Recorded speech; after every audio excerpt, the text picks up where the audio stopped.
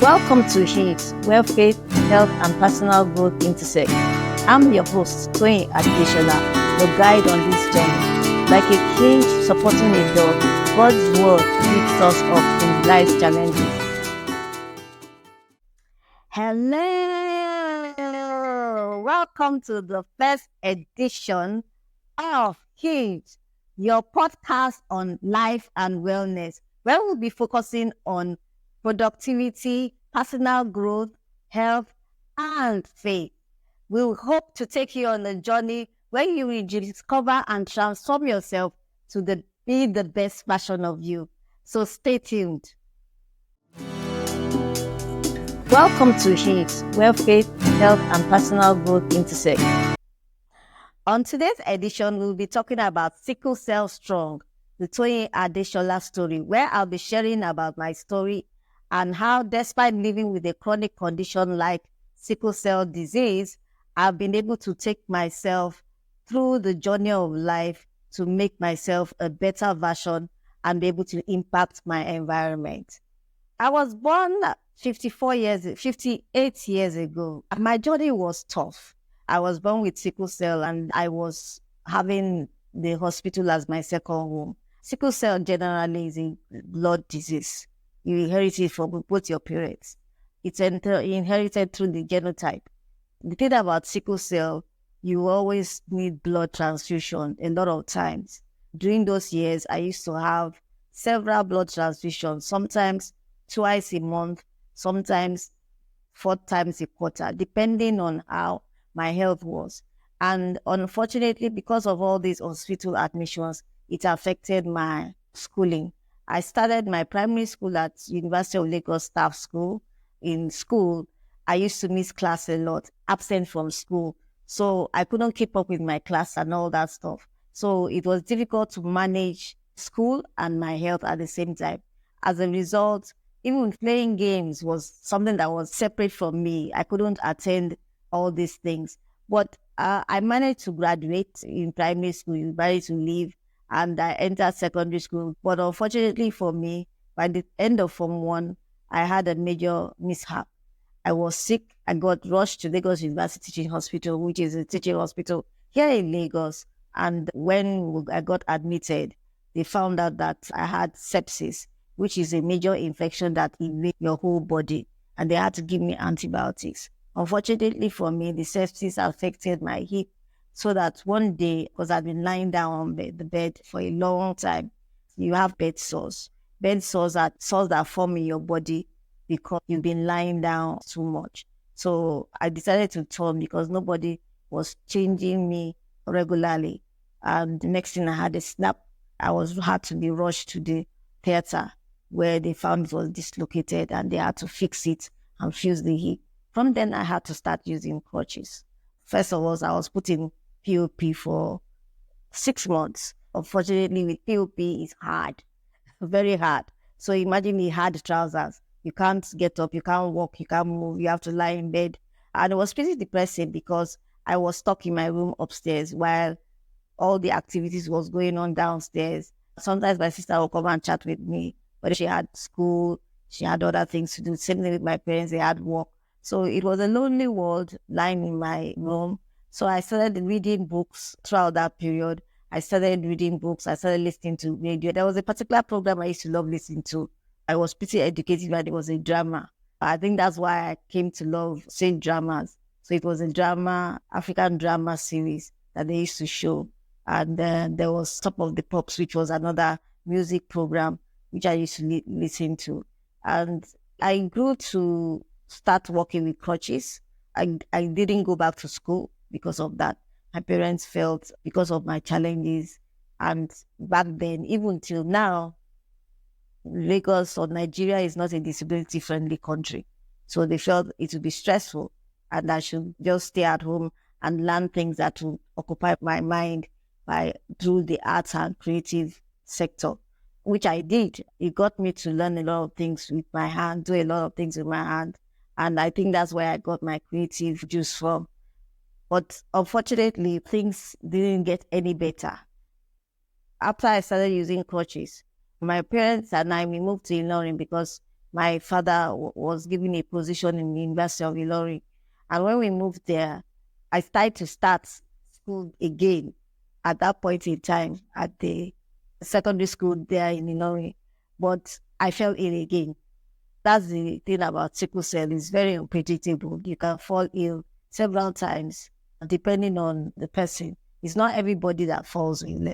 Let me point that out. But some people have it worse than others. So I fell ill again, and my parents said, "This is it, no more. You're not going to again. Just stay at home and try and occupy yourself." So I occupied myself with books. I used to go down, have fun with the staff, talk to them, learned how to bake from the chef that was on duty. And in that period, I began to have what you call leg ulcers and osteomyelitis. Now, these ulcers, they can last, they can last long. They don't heal easily, and they can last anything between 3 to 10 years or more. So I had this spate of leg ulcers, and it was depressing because I had to dress it every day. I remember my parents saying, "The nurse is here, come and do your dressing." And I used to find it frustrating because it was pretty difficult for me to accept that I had these leg ulcers. I would be carrying bandage all over the place. It was difficult to handle.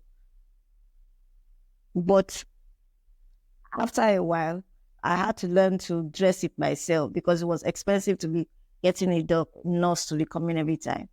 And in that space of time, we finally moved back to Lagos. Uh, it was difficult for us to change, but we had to have it done because my father was given another position in University of Lagos. And when I got to Lagos, I had to now start getting myself acquainted with friends that I had left long ago. I wasn't allowed to go out much. My parents were pretty protective, which is one thing I want to tell parents out there, whether it's sickle cell or any other chronic illness. I know you're worried and fearful over your child, but try and make the child gain some independence, because if you don't, they lack the self-confidence to be able to cope in life. How will the child survive? So it's very important that you give them that independent spirit that they can manage. Yes, you can manage how they take care of themselves, but at the same time, you must be able to let them do some things, go to school, work, do other things, so that they can have that self-confidence to be able to communicate with other people.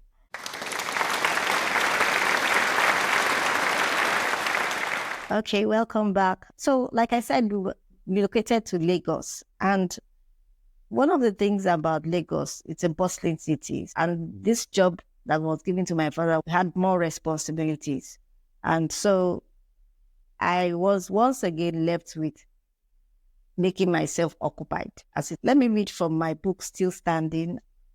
What I said was that for a while, my health was somewhat stable, but occasionally I would fall ill into one form of crisis attack or the other. Because one thing about sickle cell, another thing that affects it, there are several things that affect sickle cell. One is infection. 2 is stress. 3 is hot or cold weather. 4 is emotional stress. There's physical and there's emotional stress. Then also malaria can affect people with sickle cell and resulting in you getting crises. Some people say that it feels like if somebody's stabbing you with a knife in several places. It's really terrible when the pain comes. And so emotional stress, which I experienced a lot because my sister had traveled abroad to school. My parents were busy. So I was lonely and all stressed up. So I was the only one in the house with the staff. And that began to affect me emotionally. Sometimes I had pain in my bones. At other times, it was severe anaemia, which resulted in my receiving blood transfusions a great deal. Cumulatively, I have had over 155 pints of blood to be transfused in me. Then following one of my crisis attacks, I was once again diagnosed with osteomyelitis in my right tibia. which is my right leg. It had started out as usual and resulted in a post-infected abscess. Again, I was placed on a course of antibiotics as the orthopedic surgeon hoped that it will help the abscess heal faster. He did not want a situation where it would take another year or more to heal, because the last ones I had lasted for about 3 years before they healed. Unfortunately, this was not to be. The sore persisted, pus and all. After due consultations with my parents, it was decided I'd be taken to National Orthopedic Hospital in Ibubi in an effort to drain the abscess from my leg. I arrived at the hospital that day. Unable to walk, I was seated in a wheelchair while awaiting the arrival of the orthopedic surgeon. When it was time for the procedure, I was dressed in a hospital gown, lifted onto a gurney, and wheeled along the concrete paved corridors of the hospital to the theater. As I was rolled in, the overwhelming smell of disinfectant wafted into my nostrils from the floor of the room. Except for the overhead lights from the operating table, a smaller light in the corner, the room looked relatively dull. To my left on the operating table was a tray of operating tools on the left side. The doctor swabbed the wound, and after I was given a local anesthesis, the doctor picked up a large-sized syringe with a glistening metal needle the size and length of a standard pencil. It was then I realized what was about to happen. My God, I screamed silently. Don't tell me they are going to stick this thing into my leg. My immediate reaction was to get out of there, but as I screamed, I tried to get up. The nurses held me down. My mother tried to calm me down, but I wasn't going to be placated. How can they do this to me? I wept. Don't they realize how huge that needle is? This was no ordinary needle. They were bent on sticking this into me. I continued to cry, and it did not help in any way. As the needle penetrated my skin surface and the tip touched my bone, the sharp pain that pierced my leg, working its way down to my feet, was agonizing. I screamed and screamed till my throat was sore. By the time the ordeal was over, I was completely exhausted. So these are one of the things that we experience when we are going through sickle cell pain or sickle cell medication or sickle cell medical care, like surgeries. For me, I've had about 5 surgeries so far. We go through a lot living with sickle cell, and there are so many complications, as I earlier said, that sometimes it results in you being choked up and down with needle, and sometimes it also results in your veins not being found. So we experience a lot, and it impacts our daily life. Because of that, I did not go to school. Secondary school, I never completed. But at some point in my life, I was becoming depressed, suicidal, to the extent that I even tried to take some medicine just to end it all. But God was faithful that He did not allow me to end my life. I was able to find myself in some way, to see the good in things. One of the things that happened when I was depressed is that I decided that I want to make something of my life. I didn't see myself staying in a home, just doing some creative thing and not having a proper life. I saw my friends going into university by now, coming out, and I was still at home. And so I went to my parents and told them that I want to go back to school. So they now got a teacher to come and teach me at home. And I did my WAEC and JAM, which allow you to get into university. I did everything in the space of 2 years. And I got into Lagos State University. I remember the first day I entered the university, I was still using my crutches. And my lecture was on the top floor, 4 flights up. I didn't know what I was going to do, but I decided I had to climb that stairs somehow. It took me a long time. By the time I got to my class, the class was full. Now, I just want to talk this as a side note. One of the challenges of people living with disability is the lack of empathy for people living with disabilities. I'll give you an example. When I got up to that classroom, the place was packed full. There was no more seats. And when I came in, people saw me, but nobody was willing to give up their seats for me. I had to stand at the back of the class, leaning my back to the wall. I could barely manage to listen to the lectures because I was in great pain standing that long.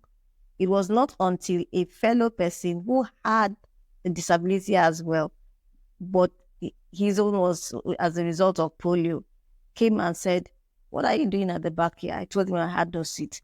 He now said I should come and take his seat. So one of the challenges I see is the mindset of people towards people with disability. So it was difficult coping in school, even getting up to get to school, getting up to go downstairs. They had to build a stair lift for me, which scared me because the thing was shaky. They had to find ways to get me to stay up as much as possible, which was frustrating because going up and down with my crutches was pretty difficult. So it made my life difficult. It impacted my life. It impacted my mental health. Going through those processes of trying to manage your health was pretty challenging. It did not just affect my physical health, but emotionally, I saw my friends moving on. Some had even started working while I was still struggling to do exams in LASU, that is Lagos State University. It even affects your social life because a lot of times, since you're absent from school, from going out, from anything, you lose sight of making friends. Your network is very small because a lot of times friends don't understand what you're going through. So you try and keep to yourself, and then that limits your social life and your self-confidence. It was pretty difficult because I used to fall ill. Sometimes I'll fall ill during exams. And once the crisis starts during exams, I have to be taken out. As a result, I had an extra year in school. So when I graduated after my set. I graduated with the next set, which made me depressed again because I felt, oh wow, this is how my life is going to be. But somewhere down the line, I had a change in life. I came to know the Lord through a friend. And the moment I gave my life to Christ, things changed for me. I began to see another view of this illness I was carrying. I began to see another view of whether I see the cup half full or half empty. I began to see another view of whether I would let sickle cell control me or I will control sickle cell. Let me take you to a Bible verse, which is one of my favorite, 2 Corinthians 12:9-11. And it's one of my favorites because of the way Paul, living with a condition that affected his health, affected him physically, emotionally, and mentally. He said this. At first, I didn't think of it. He's talking about the affliction, the problem he had, the health problem he had. I didn't think of it as a gift. Imagine you saying that it's a gift. A lot of us will be saying gifts. It's more like a curse. But I've learned that in life, certain things that happen to us help us to create a better, successful will because you've learned from it. You're stronger from it. And he said, at first, I didn't think of it as a gift and beg God to remove it.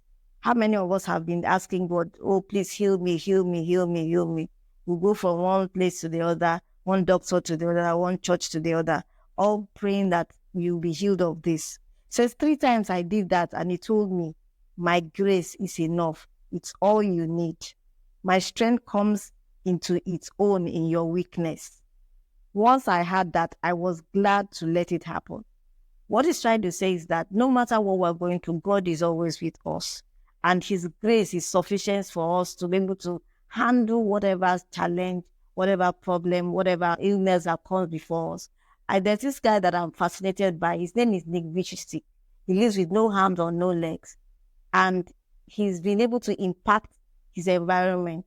He said initially he used to pray that God will heal him. But with his challenge, he's been able to bless people. He's been able to help people mentally, emotionally, physically through his ministry. And so sometimes you may think what you're going through is something that is bad, but you realize that it's there to help somebody else. They are going through worse problems than you are. So he says, once I had it, I was glad to let it happen. I quit focusing on the handicap. A lot of us focus, why me, woe is me, and began appreciating the gift. It was a case of Christ's strength moving in on my weakness. Now I take my limitations in stride with good cheer. These limitations that cut me down to size, abuse, accidents, opposition, bad breaks, I just let Christ take over. And so the weaker I get, the stronger I become. And that is what I'm ending this podcast with. Yes, we're going through a lot. Yes, we're going through different challenges, whether it's a chronic illness, whether it's family challenges, whatever challenge you're going through. God is there to strengthen you. Your challenge is there to strengthen you and to help you be a better person. Challenge is there to support you, to help you, to make you a stronger person and a more successful person in life. The moment you accept your limitations that you get from a health condition, whatever it is, or a social condition, is the moment you exist to add no value to others and society at large. We are all nation builders, whether in our neighborhood, communities, or nations. So it's important that we rise up and not focus on those limitations so that together we rise, together we thrive. Till then, have a good day.